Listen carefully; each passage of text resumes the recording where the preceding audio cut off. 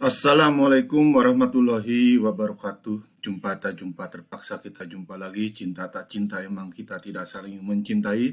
Sayang tak sayang emang kita tidak saling menyayangi. Tetapi dengan adanya perjumpaan dalam dunia daring ini, dalam pembelajaran masa pandemi ini, kita bisa melihat wajah secara langsung, maka akan melahirkan rumus sosial antara suka dan tidak suka. Bapak harapkan kalian suka terhadap Bapak, insya Allah akan lahirlah rasa suka itu, rasa cinta. Puncak dari cinta adalah rasa saling menyayangi. Baiklah, itulah rumus sosial yang kita hadapi dalam kehidupan kita sehari-hari. Anak-anakku yang berbahagia, khususnya untuk kelas 7 semester 2 ini, Bapak akan membahas secara lugas, secara singkat, padat untuk supaya disajikan menarik. Oleh karena itu, anak-anakku yang berbahagia, sebelum kita mulai pembelajaran PKN hari ini, kita awali dengan berdoa menurut agama kepercayaannya masing-masing. Berdoa dipersilahkan. Selesai. Baik anak-anakku yang berbahagia, sebelum kita memulai pembelajaran kita hari ini, kita awali dengan sebuah nasihat untuk kalian, khususnya untuk masa pandemi ini, untuk senantiasa menjaga 3M, selalu memakai masker dan senantiasa menjaga jarak, dan senantiasa mencuci tangan apabila kalian sudah melakukan tindakan atau aktivitas sosial di luar lingkungan kalian. Anak-anakku yang berbahagia, Bapak berpesan juga kepada kalian untuk senantiasa mengerjakan tugas. Jangan sampai tugas menjadi bom waktu yang kemudian hari dapat menyusahkan kalian di kemudian hari. Ingat pesan Bapak, pelajar profesionalnya adalah belajar. Baik anak-anakku yang berbahagia, sekarang kita akan membahas materi PKN, yaitu yang Bapak kutip dari PPT karya dari Absalon Prets Hunahutu SPD. Nah, Bapak mengucapkan terima kasih atas share-nya, dan Bapak akan membahas untuk kalian semua. Baik anak-anakku, pembahasan kita hari ini kita akan membahas materi semester 2 ini, yaitu materinya adalah tentang karakteristik daerah tempat tinggal dalam konteks kerangka NKRI. Nah, di sini ada tujuan pembelajarannya. Apa tujuan pembelajaran dari pembahasan materi ini adalah yang pertama adalah untuk mendukung karakteristik daerah tempat tinggal dalam kerangka negara Republik Indonesia, menampilkan karakteristik daerah, mengasosiasikan karakteristik daerah tempat tinggal dengan kerangka NKRI, mewujudkan karakteristik daerah tempat tinggal dalam kerangka NKRI. Baik anak-anakku yang berbahagia, sebelum kita mulai, Bapak kasih saran untuk kalian fokus konsentrasi, siapkan pulpen dan buku catatan kalian supaya mencatat poin-poin yang penting yang akan Bapak bahas pada pertemuan pada pagi ini. Oke, anak-anakku yang berbahagia, sekarang kita akan bahas dengan mukodimah, yaitu makna persatuan dan kesatuan. Jadi persatuan itu adalah gabungan, ikatan, kumpulan, dan sebagainya, beberapa bagian yang sudah bersatu, perserikatan, dan serikat. Itu arti dari persatuan. Baik anak-anakku, itu mukadimahnya. Nah, sekarang kita akan membahas masih dalam konteks makna persatuan dan kesatuan. Jadi adalah keinginan untuk bersatu tampak dalam beberapa peristiwa besar perjuangan bangsa, seperti munculnya organisasi Budi Utomo 1908, Sumpah Pemuda 1928, dan Proklamasi Kemerdekaan Indonesia 1945. Itu merupakan tonggak sejarah cikal bakal berdirinya Negara Kesatuan Republik Indonesia di bawah sebuah ikatan NKRI, Negara Kesatuan. Anak-anakku yang berbahagia, masih dalam konteks makna persatuan dan kesatuan. Persatuan dan kesatuan bangsa Indonesia adalah bersatunya berbagai suku, bangsa, bahasa, dan adat istiadat yang ada di wilayah NKRI dalam satu ikatan, yaitu dengan nama Indonesia.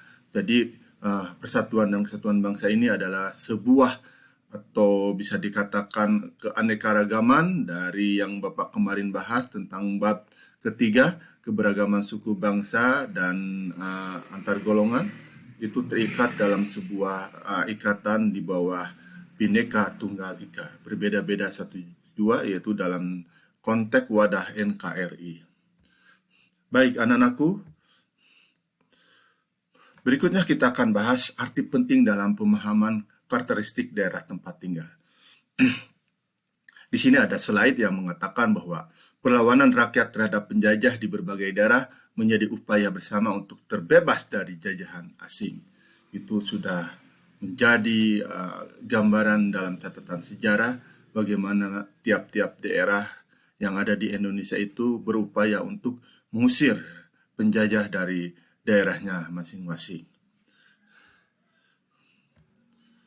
Baik anak-anakku, nah disinilah kita akan bahas arti penting dalam pemahaman karakteristik daerah tempat tinggal. Dalam masa pergerakan nasional setelah organisasi politik juga muncul organisasi pemuda yang bersifat kedaerahan. Seperti Budi Utomo, ada Trikoro Darmo, Jong Japa, Jong Sumatera Bon. Itu adalah organisasi politik atau bisa dengan organisasi yang bergerak dalam bidang kepemudaan yang bersifat kedaerahan. Itu sudah muncul sejak zaman dahulu, yang mana daerah-daerah itu mulai merasakan pentingnya untuk berjuang secara bersama-sama, walaupun masih dalam konteks kedaerahan.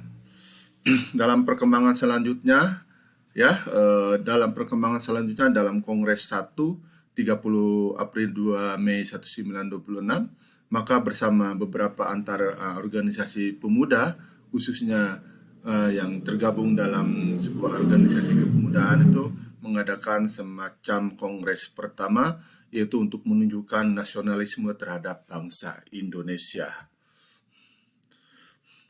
Dan kemudian pendudukan Jepang ketika itu semakin menjadarkan golongan pemuda untuk merdeka secepatnya tanpa campur tangan Jepang.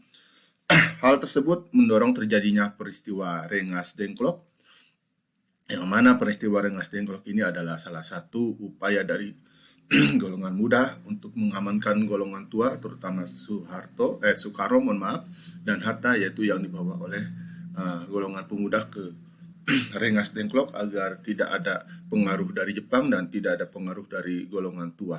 Jadi para pemuda ketika dulu itu sudah penuh keberanian, yaitu menculik pemimpin bangsa kita ini untuk kepentingan yang terbaik untuk bangsa ke depannya.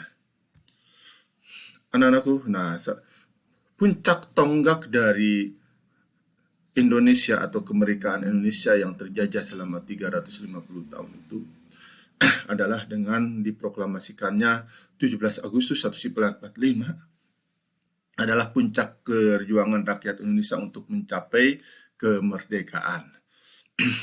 Nah, salah satunya adalah yang menggagas mengenai tentang pemerintah daerah dalam sidang BUPKI 29 Mei 1945 adalah Muhammad Yamin yang memberikan ide tentang pemerintah daerah. Baik anak-anakku, sekarang itulah sedikit gambaran sejarah perjalanan dari titik awal kebangkitan bangsa Indonesia sampai puncaknya proklamasi, dan kemudian disusunlah sebuah ide pada saat sidang BPPKI bahwa daerah itu harus mempunyai pemerintahannya masing-masing yang diusulkan oleh Muhammad Yamin.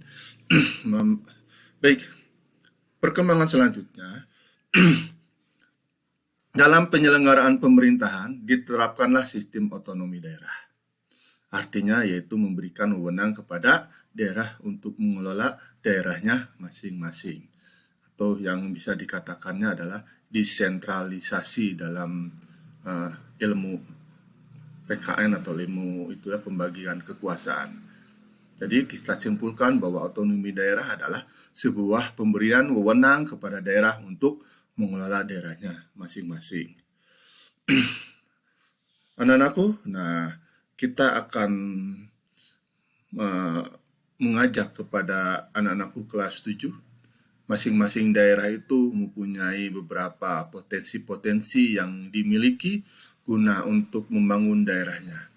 Seperti di daerah Kabupaten Bandung itu ada tempat wisata, ada tempat untuk pertanian, ada untuk kebun teh. Nah, ini adalah potensi-potensi yang dimiliki oleh Kabupaten Bandung. Ada juga pabrik-pabrik yang ada di sekitar Palasari, itu adalah potensi juga buat daerah Kabupaten Bandung. Dan masih banyak contoh lagi daerah-daerah yang mempunyai ciri khas, potensi-potensi daerahnya yang dapat dikembangkan, yang dapat menjadikan sebagai sumber devisa bagi daerah untuk membangun daerahnya sendiri. Baik, anak-anakku, sehubungan dengan otonomi daerah, maka salah satunya adalah kita harus mengembangkan kearifan lokal, memiliki peranan penting untuk membangun budaya masyarakat di suatu daerah. Berbagai nilai yang dianut juga dapat menggambarkan martabat dan budaya masyarakat setempat. Seperti apa kearifan lokal? Oke, Bapak akan memberikan contohnya kearifan lokal. Kalau di Kabupaten Bandung dikenal dengan sabi lulungan atau gotong royong. Itu adalah salah satu prinsip atau salah satu kebiasaan dari orang-orang dari Kabupaten Bandung untuk mengutamakan gotong royong apabila menghadapi sebuah permasalahan yang berkaitan dengan kepentingan baik di lingkungan RT RW, maka salah satunya adalah dengan gotong royong. Kearifan lokal itu banyak sekali yang menjadikan ciri khas dari daerah tersebut. Tadi udah Bapak gambarkan. Nah, ini sekarang kalian harus mencari contoh kearifan lokal yang dimiliki oleh daerah kaliannya masing-masing. Baik, sejatinya dalam hidup berbangsa dan bernegara di Indonesia ada sikap yang perlu dihindari, yaitu sikap etnosentrisme. Artinya adalah sikap merasa atau sikap kesukuan yang berlebihan. Jadi jangan terlalu etnosentrisme dalam kehidupan sehari-hari, merasa bangga dengan kesukuannya, itu adalah perbuatan yang sangat tidak baik, dapat mengganggu keharmonisan atau dapat mengganggu keberagaman suku bangsa yang ada di Indonesia. Jadi sikap kalian adalah kita sebagai warga negara yang baik harus senantiasa saling menghormati, saling toleransi, walaupun berbeda suku. Suku Sunda kita harus menghormati suku Padang, suku Batak, itu sama-sama dalam naungan ikatan NKRI, jangan merasa diri paling suku yang paling benar. Hal yang baik adalah yang dilakukan sebagai pelajar, kita hidup di keberagaman, kita hidup di antara orang-orang yang beragam, jadi kita harus senantiasa menjaga keberagaman itu dengan sikap kita, yaitu saling hormat menghormati, saling tolong menolong, dan toleransi. Itu adalah sikap yang baik untuk menjaga keberagaman masyarakat Indonesia. Nah, jadi sikap etnosentrisme itu pasti menimbulkan konflik dalam masyarakat. Berbagai kasus isu mengenai SARA sangat berpotensi menimbulkan pertentangan dan karena perbedaan. Jadi sikap kesukuan ini bisa menimbulkan konflik. Salah satunya mengenai SARA. SARA itu sudah kemarin Bapak bahas, yaitu suku, agama, ras, dan antar golongan. Jangan sampai itu terjadi di wilayah Indonesia yang kita cintai. Nah, sikap kesukuan juga harus dihindari dari tiap warga negara, menjunjung kesatuan dan persatuan dan prinsip Bhinneka Tunggal Ika. Jadi kita ini apabila berkunjung ke negara lain atau ke daerah lain, kita jangan merasa diri bangga dengan sikap kesukuan kita, seperti dalam pepatah yang mengatakan di mana langit junjung, di situ kita di mana langit junjung, di situ kita harus menjaga prinsip atau menjaga kebiasaan yang baik. Mohon maaf ada sedikit kesalahan dalam menyampaikan tentang pepatah tadi, yang artinya adalah dimanapun kita hidup, kita harus senantiasa menghormati di mana kita tinggal, itu artinya. Jadi kalian apabila nanti suatu waktu ada keberuntungan untuk hidup di daerah di daerah misalkan di Medan, di Padang, sikap kita adalah tetap menghormati dan menjunjung tinggi daerah tersebut. Jangan bangga menunjukkan rasa kita, kesukuan kita. Dalam istilah bahasa Sunda adalah DP-DP handap asor. Yang artinya kita selalu merendah tetapi kita harus senantiasa menghormati yang lainnya. Oke, baik. Demikianlah pembahasan kita tentang materi kelas 7 semester 2 ini, yaitu tentang kedaerahan ini. Bapak harapkan kalian bisa mengambil kesimpulan dan benang merah dari materi ini. Bapak ucapkan terima kasih. Pendidikan adalah jembatan masa depan. Jangan sampai kalian putus dengan dunia pendidikan. Kalau kalian sampai putus dengan pendidikan, berarti adalah hal-hal yang dapat merugikan kalian di masa depan nanti. Terima kasih. Demikianlah kebersamaan bersama Bapak Wisnu. Kita jumpa lagi dalam materi selanjutnya dengan secara tajam, lugas, dan penuh dengan hal-hal yang menarik. Wassalamualaikum warahmatullahi wabarakatuh.